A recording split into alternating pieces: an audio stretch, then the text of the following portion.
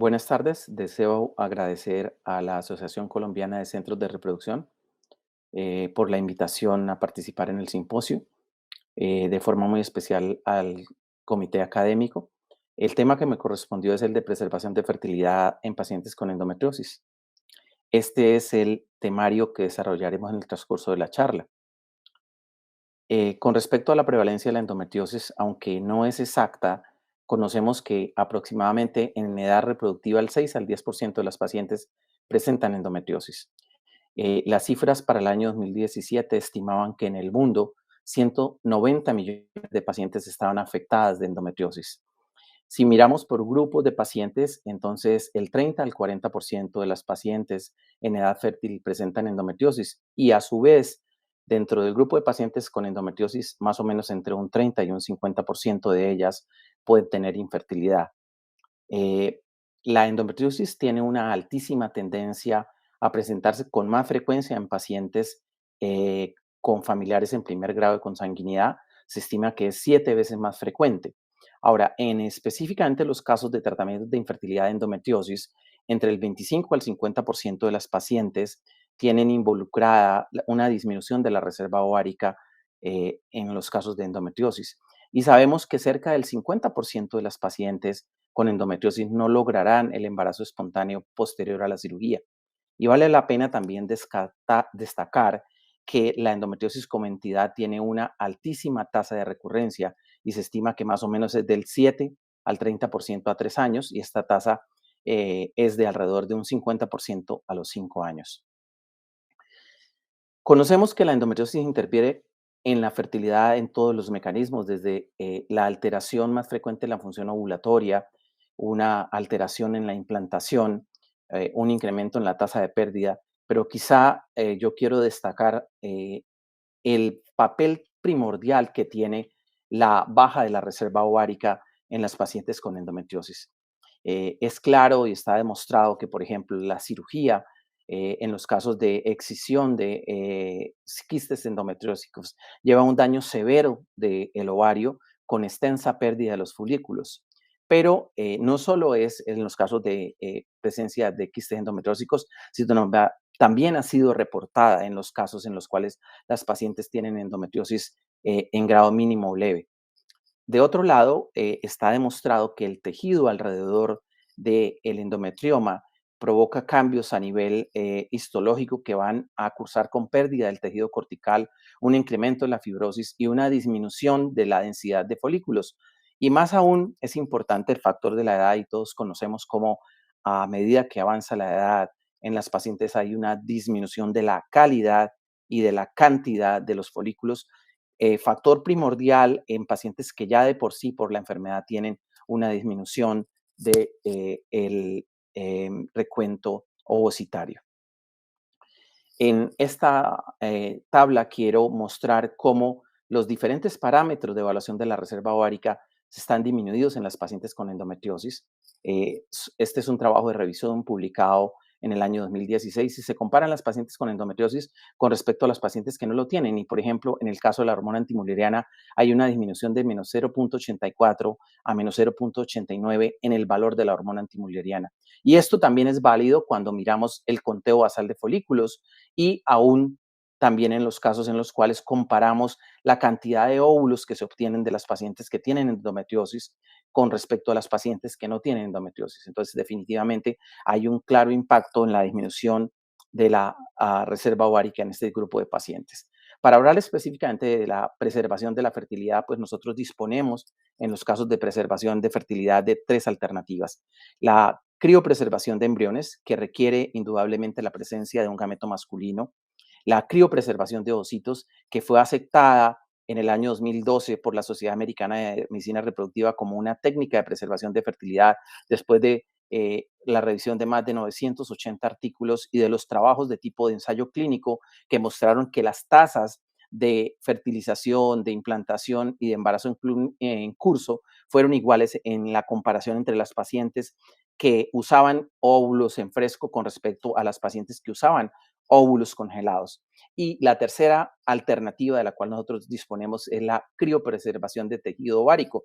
Todos estos son trabajos que se extrapolaron de la población de preservación de fertilidad de tipo oncológico. Sin embargo, a medida que ha avanzado el tiempo, se ha propuesto la posibilidad de preservar fertilidad también en pacientes no oncológicas. Y es así como en los últimos años, en los diferentes eventos de preservación de fertilidad, se tiene a la endometriosis como una entidad en la cual, debido a la posibilidad de alterar la reserva ovárica, como una opción para este tipo de pacientes con grados severos de endometriosis o con endometriosis recurrente, que sean incluidas dentro del grupo de pacientes de preservación de fertilidad. Allí también estarían algunas otras entidades que pueden cursar con una posibilidad de tener falla ovárica prematura, como las enfermedades autoinmunes y las enfermedades hematológicas. Entonces, digamos que específicamente en preservación de fertilidad vamos a empezar a hablar de la criopreservación de ovocitos. Entonces, en este trabajo de revisión de Jack Dones publicado en el año 2017, se muestra cómo las pacientes que criopreservan ovocitos van a tener dos puntos fundamentales: el número de ovocitos que se preservan y la edad, para mirar cuál es la tasa de nacido vivo, la tasa acumulada de nacido vivo. Y vemos cómo, por ejemplo, cuando las pacientes en azul tienen menos de 35 años y se preservan 5 ositos, es de aproximadamente un 15%, pero esta sube con 8 ositos a un 40% y llega a ser un 60% en el caso en el cual criopreservamos 10 ositos. Pero las cifras no son tan favorables cuando las pacientes tienen más de 35 años y vemos cómo es un 5%, 20 y 40% respectivamente. Este es un trabajo publicado por Ana Cobo en el año 2016 en 120 pacientes en las cuales se realizó criopreservación de ovocitos. Pero en la parte derecha de la diapositiva vemos quizá el trabajo más grande que hay en criopreservación de ovocitos. Aquí se incluyeron 6.362 pacientes, de las cuales aproximadamente 5.300 fueron pacientes con criopreservación electiva de la fertilidad. Y más o menos 1.050, algo así, fueron pacientes con criopreservación oncológica. Y entonces yo aquí vuelvo a resaltarles cómo en azul, por ejemplo, la posibilidad de embarazo es mucho mayor en pacientes que tienen menos de 35 años comparados con las pacientes que tienen más de 35 años. Y si yo miro la tasa acumulada de nacido vivo, es del 69% para los casos de criopreservación electiva con respecto a un 41%, diferencia que es estadísticamente significativa. Y también en ese trabajo que reúne, digamos que la casuística mayor en el mundo, pues Cobo resalta la importancia del número de ovocitos para poder determinar cuáles las posibilidades de nacido vivo. Quizá el punto, digamos, o el lunar de este trabajo es que la tasa de retorno de las pacientes fue tan solo de un 12%, 12.7% para las pacientes que hicieron criopreservación electiva y fue de aproximadamente un 7% para las pacientes que hicieron criopreservación oncológica, pero definitivamente los números son supremamente amplios. La siguiente técnica de la cual nosotros disponemos es la criopreservación de tejido ovárico. Yo quiero resaltar que esta es la única técnica disponible en pacientes prepúberes, pero que también es útil en los casos en los cuales hay un riesgo inminente de pérdida de la función ovárica, sea por quimioterapia, radioterapia o cirugía. En este caso, lo que se hace es cortar pequeños segmentos de tejido ovárico que tienen de 1 centímetro por medio centímetro con un espesor de 1 a 2 milímetros y pueden ser estos segmentos de tejido trasplantados en el mismo ovario o pueden ser trasplantados en ventanas peritoneales alrededor del ovario.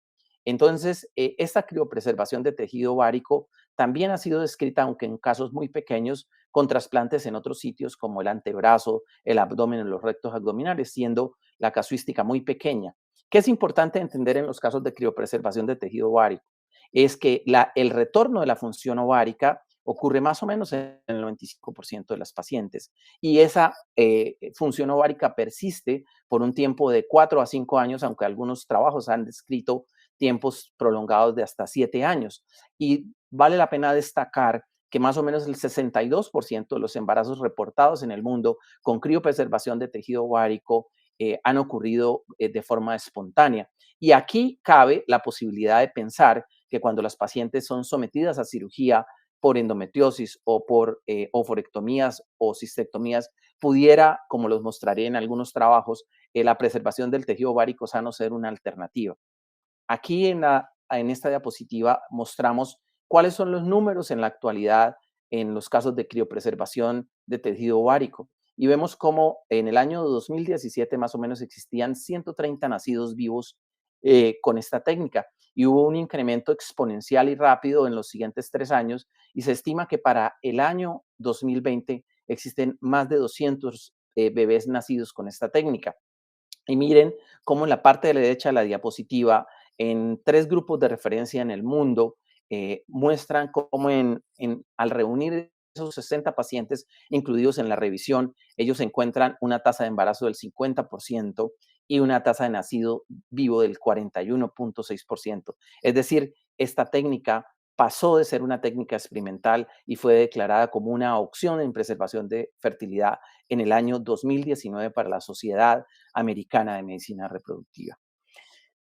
Ya entrando en el tema específicamente de la endometriosis, pues cuando se busca la información de preservación de fertilidad de endometriosis, pues definitivamente existen pocos trabajos. Hay una limitante fundamental y es que muchos de los trabajos no muestran cuáles son los resultados específicamente en embarazo o nacido vivo y que la propuesta, debido a esa pobreza en la cantidad de estudios, es a incrementar la posibilidad de nuevos estudios que nos permitan evaluar la viabilidad, el riesgo-beneficio y el costo de efectividad de esta técnica.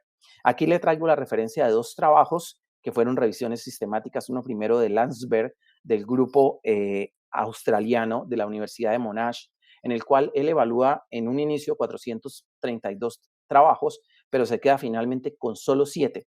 Y en la parte izquierda está la referencia del grupo de la Universidad de Palermo de la doctora Calagna, que hace una revisión de cerca de 53 trabajos, pero se queda finalmente solamente con 8 trabajos. Como estos 2 trabajos se cruzan y realmente tienen diferencias solo por un tipo de estudio de los publicados, pues vamos a revisar con más profundidad el trabajo del grupo de la Universidad de Palermo de la doctora Calagna. Y esta es la hoja o el flujo de diagrama. Se incluyeron 53 pacientes, pero finalmente solo 8 fueron los estudios evaluados. De estos 8 estudios, fueron 3 estudios de reporte de casos, fue un estudio de tipo observacional y fueron 4 estudios retrospectivos. En esta tabla se muestra, por ejemplo, que los trabajos de preservación de tejido ovárico generalmente incluyeron pacientes a las cuales se les había hecho oforectomía, pero de esos 3 trabajos referenciados, solo hay uno, que fue el de Donés, en la descripción de casos, que reporta a una paciente que tuvo criopreservación de tejido ovárico con endometriosis y después de 3 ciclos de fertilización in vitro logró el embarazo. Los otros trabajos no reportan específicamente resultados en embarazo y lo que reportan es un restablecimiento de la función ovárica. En el caso de las otras técnicas y hablando específicamente de la criopreservación de embriones, pues hay un trabajo publicado en el año de 2019 por Kuroda que muestra cómo en 16 de sus pacientes se criopreservaron embriones y posteriormente, alrededor de los 2 a 4 meses fueron implantados y de esas 16 pacientes, 6 pacientes se embarazaron, que más o menos da una tasa de alrededor de un 37%. Pero los números más grandes están en la posibilidad de usar la técnica de criopreservación de ovocitos.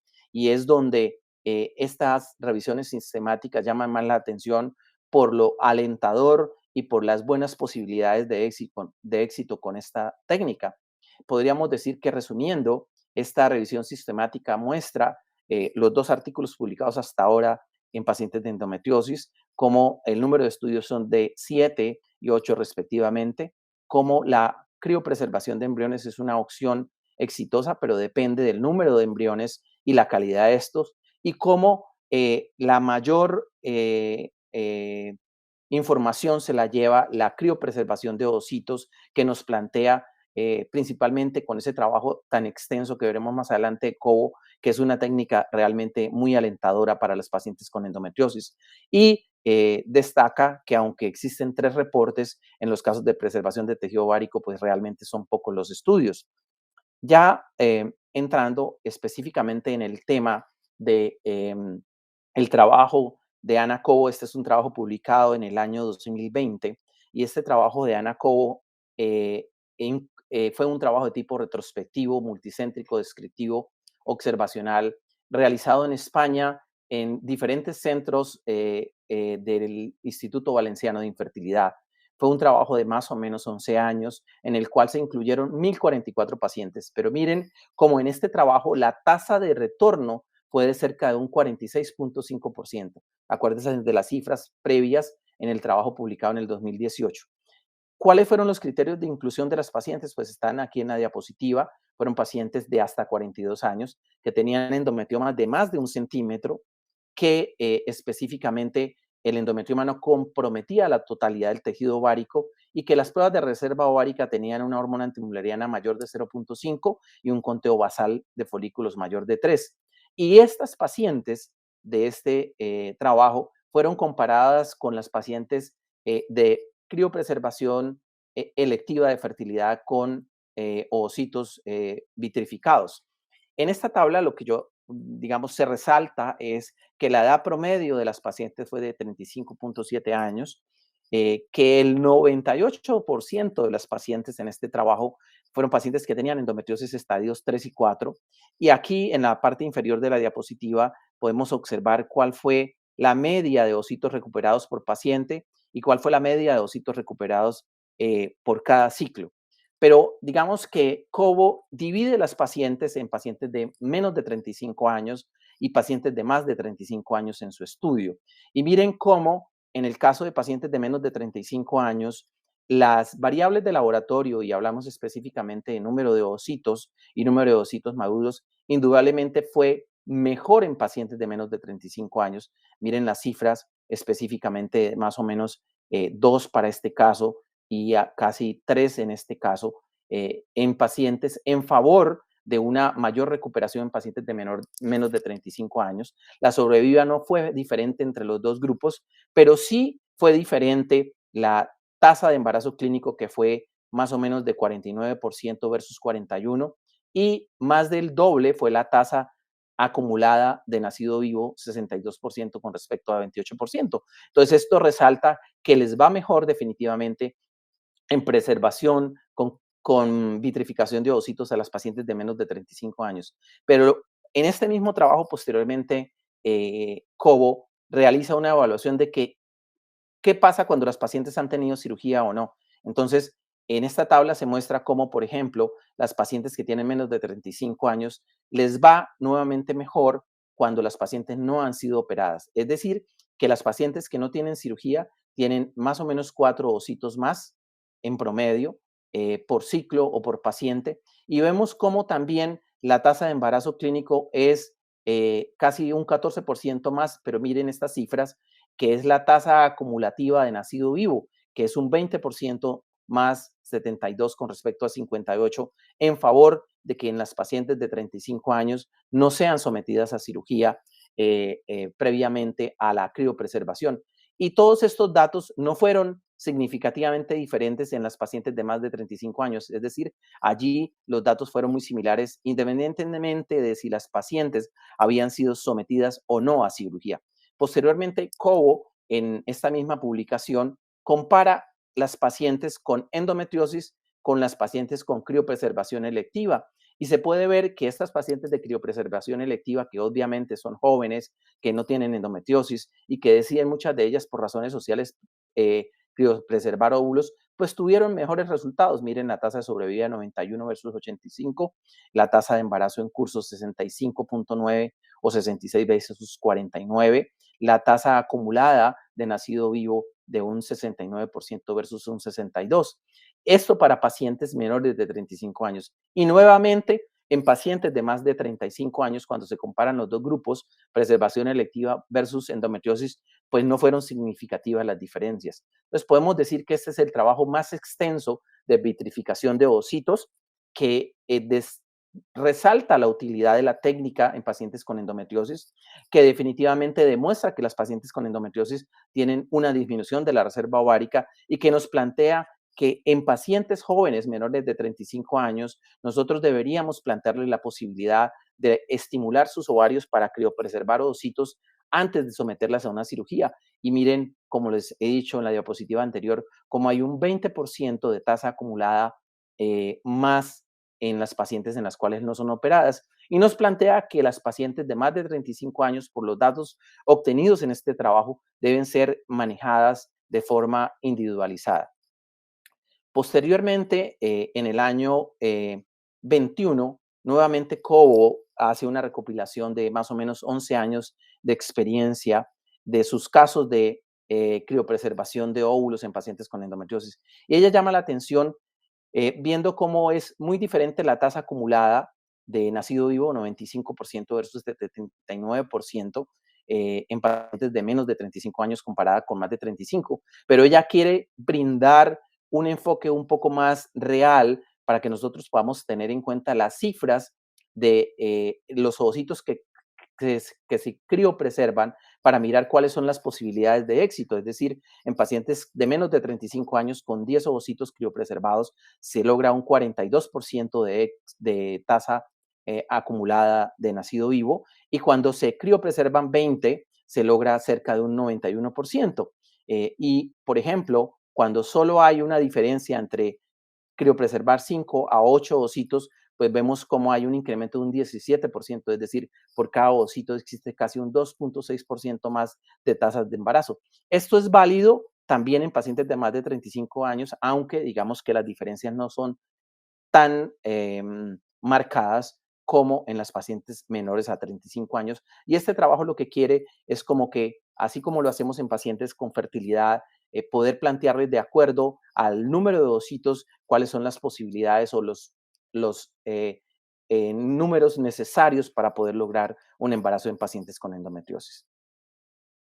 Entonces, digamos que cuando comparamos las dos técnicas, este es un trabajo de revisión publicado por el grupo de Cleveland Clinic de Tommaso Falconi, vemos que las técnicas tienen pros y contras. Y, por ejemplo, en el caso de la criopreservación de ositos y embriones, pues no tenemos que someter a las pacientes a procedimientos invasivos quirúrgicos. Es claro que existen unas adecuadas tasas de éxito, pero también llama la atención esta comparación que necesitamos unos números específicos en cuanto a la cantidad de ovocitos que se obtienen. Y en el caso del tejido ovárico, pues tiene como ventajas que puede ser realizada la criopreservación en cualquier momento, incluso en los casos en los cuales se hace oforectomía, ya no es considerada una posibilidad de tipo experimental, pero hay dos puntos fundamentales que son el riesgo de daño de la reserva ovárica y el tejido ovárico y los riesgos mismos de un procedimiento quirúrgico. Ya para terminar, tenemos que analizar cuáles serían las propuestas de manejo de las pacientes con preservación de fertilidad en endometriosis. Y entonces, en este algoritmo emanado del mismo trabajo de Falconi, se tienen en cuenta que las pacientes con endometriosis bilateral o las pacientes que han recurrido los endometriomas, sea en el mismo lado, en el lado contralateral, o que tienen riesgo de cirugías múltiples o han tenido múltiples cirugías, deban ir de entrada a considerar la posibilidad de preservación de fertilidad. Pero en las pacientes que no tienen estas características y que la reserva ovárica está disminuida, también deben ir de una vez a la posibilidad de considerar la preservación de fertilidad. ¿Qué parte, digamos que no está muy de acuerdo con lo que pensamos en la actualidad en los últimos años de ver la endometriosis como una enfermedad a lo largo de toda la vida? Y es que aquí, en las pacientes que tienen reserva ovárica normal y tienen menos de 37 años, son o se les recomienda dejarlas en observación y esto está en contraposición con todo lo que hemos venido analizando en la charla. Es por eso que yo pienso que el enfoque o el algoritmo diagnóstico es un poco más claro, el publicado por el grupo de la Universidad Católica, por el grupo de la doctora Dolmans y Donés, en el cual resaltan de nuevo los casos de endometriomas bilaterales, recurrencia, y llaman la atención en el caso en el cual existe un crecimiento rápido de los endometriomas o la paciente es joven y tiene un endometrioma. Esas pacientes van a ir a preservación de fertilidad y a consejería adecuada. Y también van las pacientes que indudablemente tienen una baja reserva ovárica. Pero miren acá que cuando existe un endometrioma unilateral y las pacientes tienen adecuada reserva ovárica y tienen 30 años por el impacto de la edad, ellos recomiendan que esa paciente sea evaluada y se le plantee la posibilidad de criopreservar para su futuro de fertilidad. Entonces, digamos que como conclusiones en este caso, tanto la endometriosis como la misma cirugía tienen un impacto en disminución de la reserva ovárica y es por eso que estas pacientes debe ser ofrecida la preservación de fertilidad. Tenemos claro que los procedimientos quirúrgicos deben ser realizados por grupos y personas con adecuado entrenamiento. No existe ningún trabajo que demuestre que las cirugías repetidas mejoran la fertilidad y definitivamente las pacientes jóvenes con endometriosis debemos tomarnos el tiempo para poder evaluarlas teniendo en cuenta su edad, su reserva ovárica y contarles, no de acuerdo a las preferencias del médico, sino contarles qué existe en la actualidad, contarles los datos interesantes de criopreservación de ovocitos y tomar una decisión que sea la que esté en favor de la paciente. Y hay grupos, indudablemente, como los que ya hemos presentado en el algoritmo, que se benefician de la preservación de fertilidad. Y para finalizar, es muy claro que los trabajos deberían continuar para poder finalmente poder obtener una guía práctica del enfoque en este tipo de pacientes. Muchísimas gracias por la invitación nuevamente y esperamos poder contestar en la mesa de redonda las preguntas que puedan emanar de este tema. Muchísimas gracias.